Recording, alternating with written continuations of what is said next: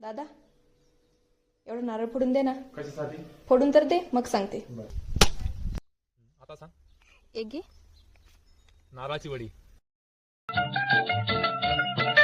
सोनियाच्या ताटी उजळल्या ज्योती, सोनियाच्या ताटी उजळल्या ज्योती, ओवाळी ते भाऊ रायारी, वेड्या बहिणीची रे वेडी माया.